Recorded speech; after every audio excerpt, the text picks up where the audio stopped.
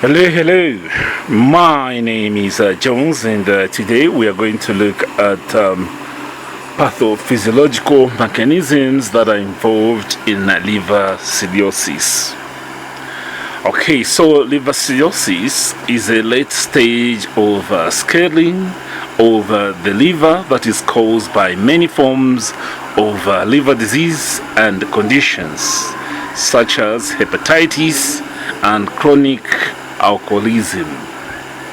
The pathophysiology of liver cirrhosis involves a progressive and irreversible disruption of normal liver structure and function.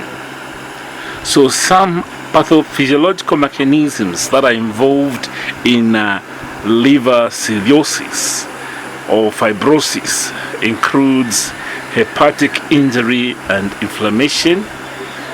It also includes fibrogenesis and scar formation. It includes nodular regeneration. It also involves vascular disturbances. It involves portal hypertension. It also involves impaired liver function, hepatic decomposition, and lastly, it also involves hepatocellular carcinoma. So we are going to look at these as stages of liver fibrosis or liver scaling. Okay, so to begin this, we are going to look at hepatic injury and inflammation as the first stage of pathophysiological mechanism that is involved in liver cirrhosis. So in a hepatic injury and inflammation, okay, this can be due to chronic liver injury. Often that may result from conditions like viral hepatitis. You know, we have hepatitis B, hepatitis C. So they can be culprits that may bring about chronic liver injury. So the long-term alcohol abuse or non-alcoholic fatty liver disease can also initiate the process of fibrosis of the liver. Persistent inflammation will lead to the activation of hepatic stellate cells, which play a crucial role in the fibrogenesis. The second stage of pathophysiological mechanism of liver cirrhosis is fibrogenesis and scar formation. Hepatic stellate cells will transform into myofibroblasts, promoting the synthesis and deposition of extracellular matrix component. Okay, particularly we are looking at collagen. The ongoing inflammation and fibrogenesis will then contribute to the formation of fibrous glands, disrupting the normal architecture of the liver. Then the third stage of pathophysiological mechanism of liver cirrhosis is the nodular regeneration.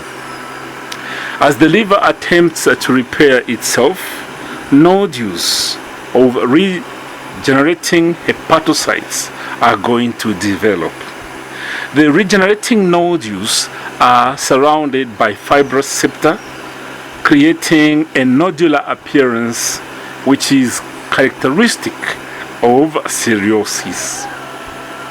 Then the fourth stage of pathophysiological mechanism of liver cirrhosis is vascular disturbances. Vascular, we are looking at the blood supply disturbances. Cirrhosis will lead to alteration in the liver's vascular architecture, including increased resistance to blood flow through the liver. This is what is now going to bring about the fifth stage, which is portal hypertension. So there will be resistance of blood flow through the liver, and then portal hypertension will result from increased resistance to blood flow in the liver's portal vein system. Okay, so because of narrowing of these blood vessels, it will bring about increased pressure within the vascular system of the liver.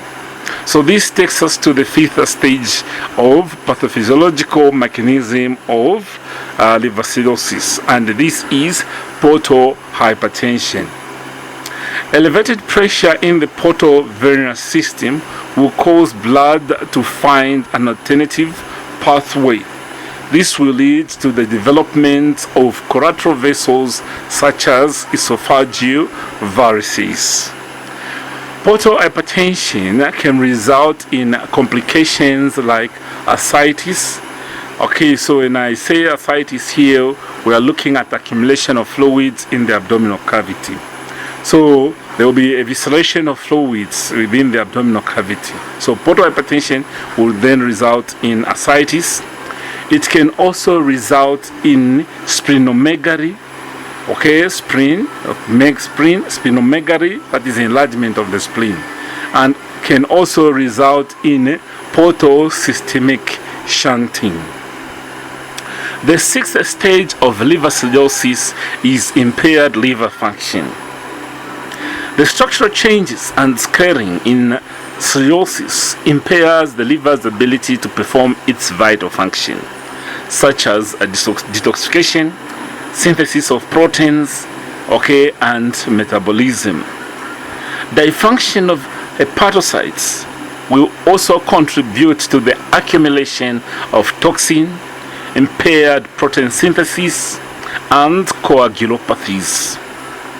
Then the seventh stage of pathophysiological mechanism of liver cirrhosis is hepatic decomposition.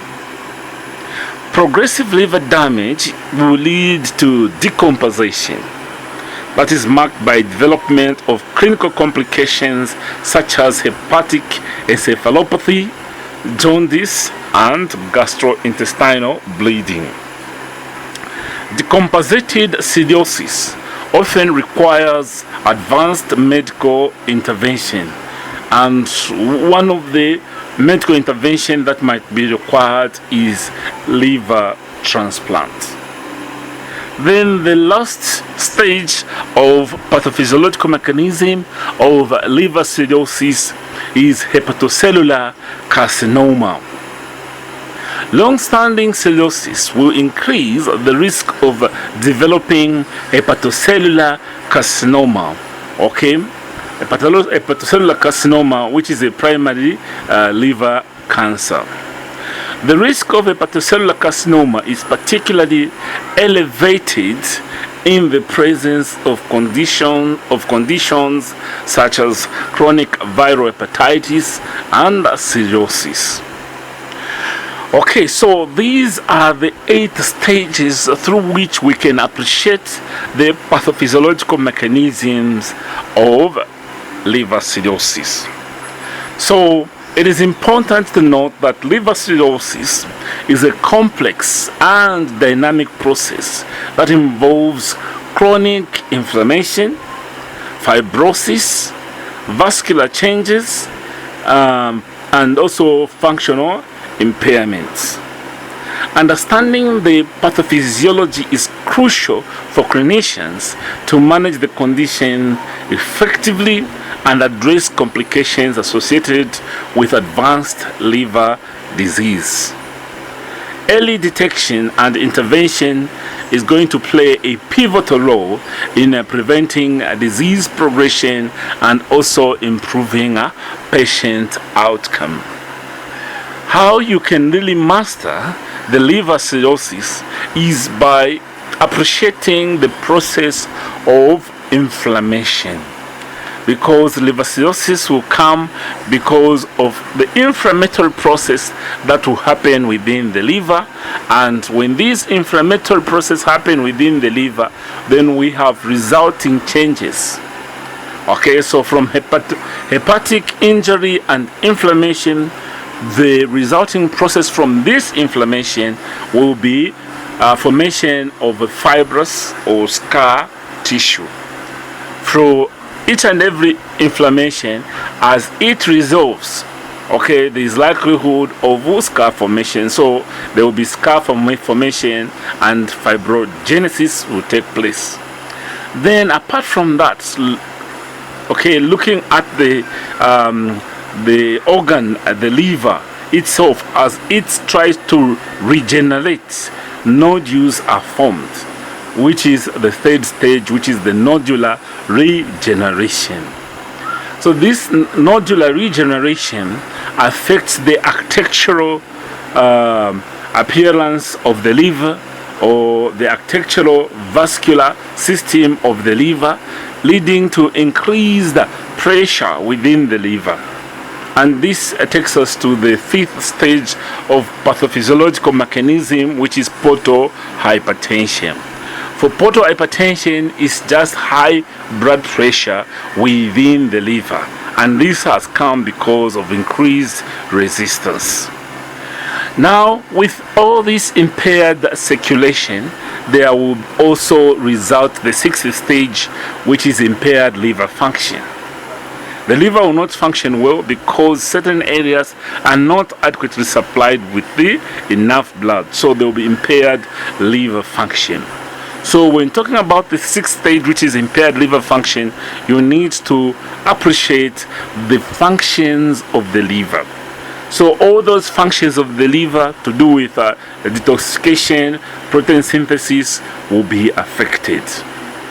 Then when there is impairment, the body tries to use a decompensatory defense mechanism in order to resolve the situation or the deficiency that has resulted.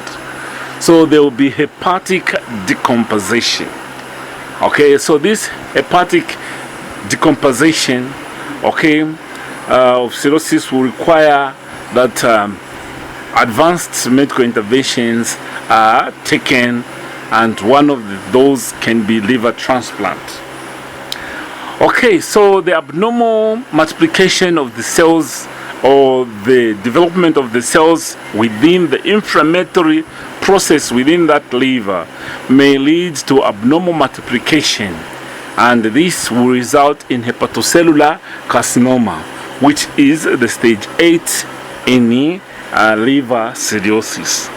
So hepatocellular carcinoma becomes critical because there will be abnormal multiplication because of the decomposition that is taking place. So from me, I'm saying thank you, and I keep studying.